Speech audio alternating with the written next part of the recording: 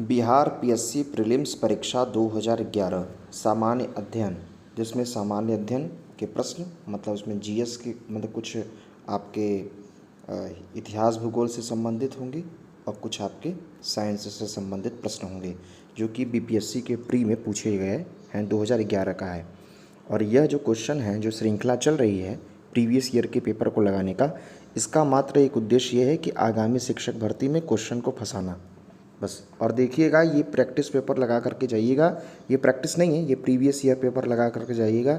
देखिएगा क्वेश्चन ना फंस जाए तो कहिएगा। आइए क्वेश्चन स्टार्ट करते हैं।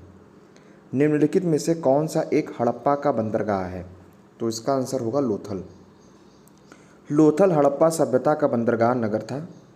इस स्थल की खुदाई जगपति जोशी ने करवाई थी। यहाँ के उत्खनन से बंदरगाह के होने के प्रमाण मिलते हैं। लोथल नामक पुरास्थल गुजरात के अहमदाबाद जिले में भोगवा नामक नदी के किनारे पर सरगवल गांव से 2 किलोमीटर दूर है। इसकी खोज एस.आर. राव ने 1954 में किया था। महावीर स्वामी का जन्म कहाँ हुआ था? तो कुंडग्राम वैशाली में इनका जन्म हुआ था महावीर स्वामी का। महावीर स्वामी ने जैन धर्म में 5वां महाव्रत ब्रह्मचर्य जोड़ा था। महावीर स्वामी 24वें व अंतिम तीर्थंकर थे जैन धर्म के। महात्मा बुद्ध का महापरिनिर्वाण कहाँ हुआ था? तो महात्मा बुद्ध का महापरिनिर्वाण कुशीनगर में हुआ था। महापरिनिर्वाण आधुनिक उत्तर प्रदेश के कुशीनगर जिले में है। बुद्ध के काल में इसका नाम पावापुरी था और यहाँ मल्ल गणराज्य के शासक चुंद का शासन था जो बुद्ध का समकालीन था। महात्मा बुद्ध ने अपना धर्म चक्र प्रवर्तन किस स्थान पर दिया था? तो सारनाथ में दिया था। महात्मा बुद्ध ने अपना पहला उपदेश सारनाथ में दिया था और इसी को धर्म चक्र प्रवर्तन कहा जाता है। इनको 35 वर्ष की अवस्था में बोधगया में पीपल के वृक्ष के नीचे ज्ञान की प्राप्ति हुई और ज्ञान प्राप्त करने के पश्चात महात्मा बुद्ध ने 5 ब्राह्मणों को सर्वप्रथम सारनाथ में उपदेश दिया था। बोधगया में जो पीपल का वृक्ष आप देख रहे हैं वह इस समय वर्तमान में 5वीं पीढ़ी का है पीपल का वृक्ष। ये भी क्वेश्चन कई बार पूछा गया कि जो वर्तमान में बोधगया में आपको पीपल का वृक्ष दिखाई पड़ रहा है वह कौन सी पीढ़ी का है? तो 5वीं पीढ़ी का वर्तमान में है वो।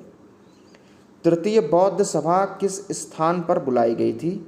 तो तृतीय बौद्ध सभा अशोक के शासनकाल में पाटलिपुत्र में बुलाई गई थी। इसकी अध्यक्षता मोगलीपुत्र तिष्य ने किया था। मगध की प्रारंभिक राजधानी राजगृह थी। 16 महाजनपद काल में मगध सबसे शक्तिशाली था। राजगृह अपनी राजधानी बनाया गया था बिंबिसार के द्वारा, फिर बाद में पाटलिपुत्र हो गया था। अजातशत्रु के वंश का नाम क्या है? हर्यक वंश है। गुप्त सम्राट जिसने हुणों को पराजित किया था स्कंदगुप्त। गुप्त सम्राट स्कंदगुप्त द्वारा हुणों को पराजित किया गया था।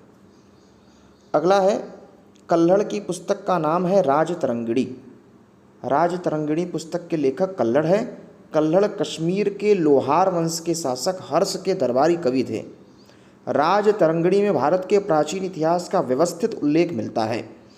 इस पुस्तक के अंतिम शासक जयसिंह के समय में इस पुस्तक को भारत का प्रथम ऐतिहासिक साहित्य कहा जाता है और लोहार वंश के अंतिम शासक जयसिंह के समय में लिखित राजतरंगिणी में कुल 8 तरंग और 8000 श्लोक हैं। अगला है, किस अभिलेख में रुद्रदामन प्रथम की विभिन्न उपलब्धियों का वर्णन है? जूनागढ़। जूनागढ़ अभिलेख है कहाँ? गुजरात के गिरनार पर्वत से प्राप्त हुआ है। इसमें रुद्रदामन प्रथम के विभिन्न उपलब्धियों का वर्णन है।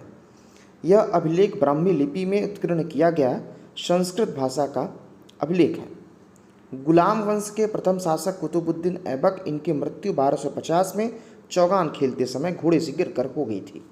रजिया सुल्तान मध्यकालीन भारत की प्रथम महिला शासिका थी। अगला क्वेश्चन, अलाउद्दीन खिलजी के आक्रमण के समय देवगिरी के शासक कौन थे? तो रामचंद्र देव जी थे। फिरोज शाह तुगलक द्वारा स्थापित दार उल सफ़ा क्या है? तो यह एक खरौती अस्पताल है, एक फ्री हॉस्पिटल है, दार उल सफ़ा।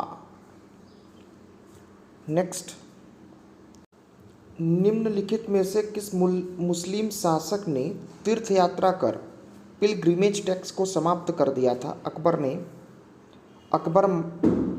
भारत का महान शासक था।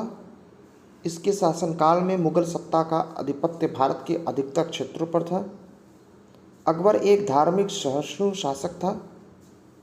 उसने उदार नीति के तहत 1563 में तीर्थ यात्रा कर को समाप्त कर दिया।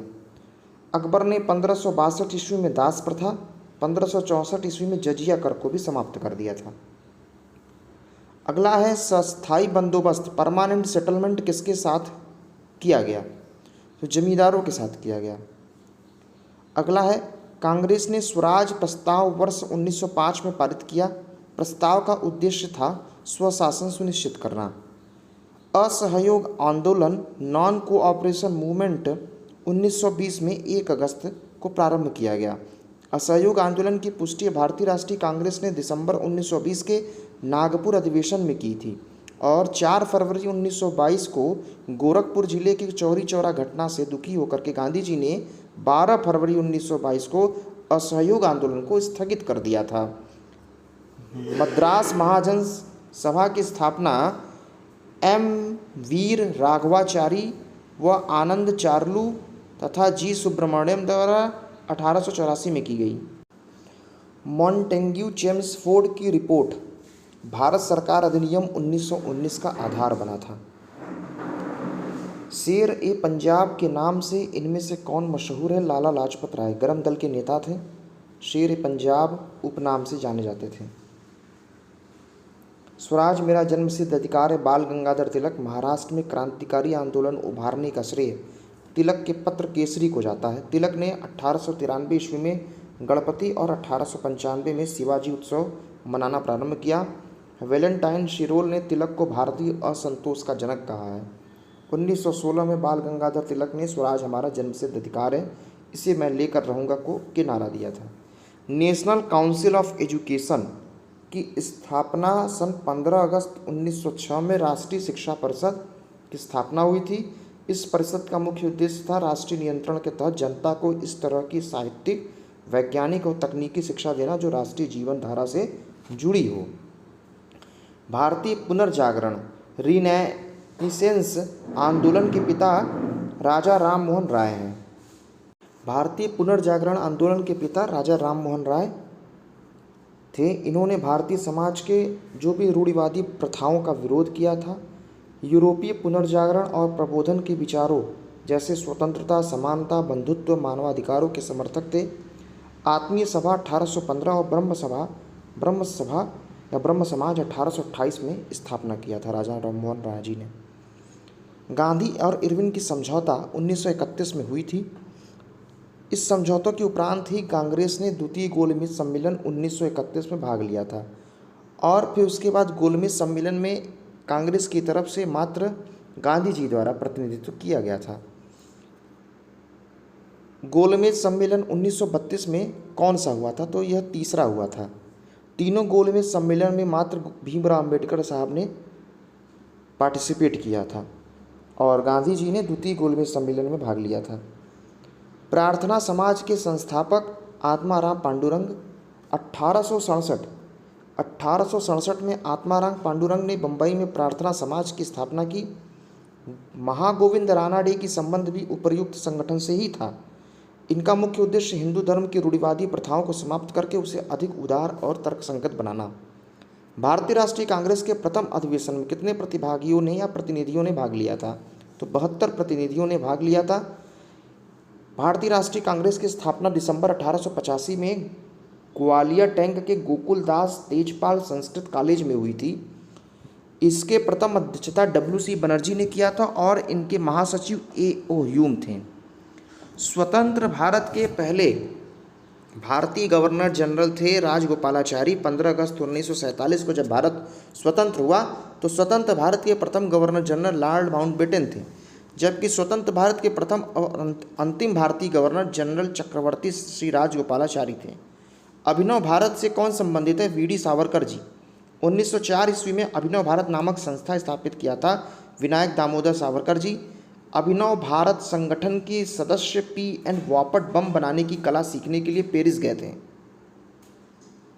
नेक्स्ट, करो या मरो की जो आंदोलन था या नारा था वह भारत छोड़ो आंदोलन में दिया गया था। गांधी जी के द्वारा 7 अगस्त 1942 ईस्वी को कांग्रेस की बैठक मुंबई के ऐतिहासिक ग्वालियर टैंक में हुई थी। गांधी जी के भारत छोड़ो प्रस्ताव को कांग्रेस कार्य समिति ने 8 अगस्त को स्वीकार कर लिया 1942 और 9 अगस्त को शुरुआत कर दी है भारत छोड़ो आंदोलन। इसी आंदोलन में गांधी जी ने करो या मरो का नारा दिया था। भारतीय राष्ट्रीय कांग्रेस का 27वां अधिवेशन किस स्थान पर हुआ था? तो बांकीपुर में हुआ था, 1912 में हुआ था। इसकी अध्यक्षता R.N. माधोलकर ने किया था। स्वराज दल की स्थापना किसने किया था? चित्तरंजन दास और मोतीलाल नेहरू ने 1923 में स्वराज दल की स्थापना किया था।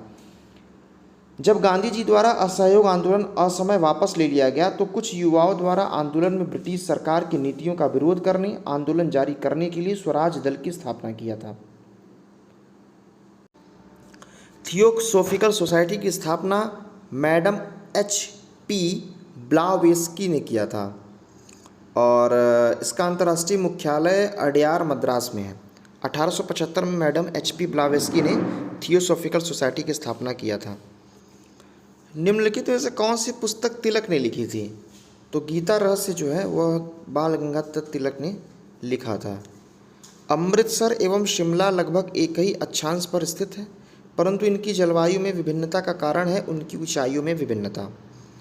अगला है, भारत की अधिकतम गेहूं उत्पादक राज्य जो है वह उत्तर प्रदेश है। अगला, भारत के किन राज्यों में गन्ना सबसे ज़्यादा? तो बिहार और उत्तर प्रदेश में गन्ना सबसे ज़्यादा होता है, जबकि चीनी में प्रथम स्थान महाराष्ट्र का है। दोमट या लोम मिट्टी में कौन सा कण होता है? तो सभी प्रकार के, चिकने भी होते हैं, बालू भी होते हैं, सभी प्रकार के कण होते हैं। अगला है, पौधे का सबसे अधिक पानी किस मिट्टी में मिलता है? पौधे को अधिकतम पानी अगर लेना है तो चिकनी मिट्टी में पौधे को सबसे अधिकतम पानी मिलता है। किस मिट्टी में केसिका सबसे अधिक प्रभावशाली होता है? तो चिकनी मिट्टी में केसिका सबसे अधिक प्रभावशाली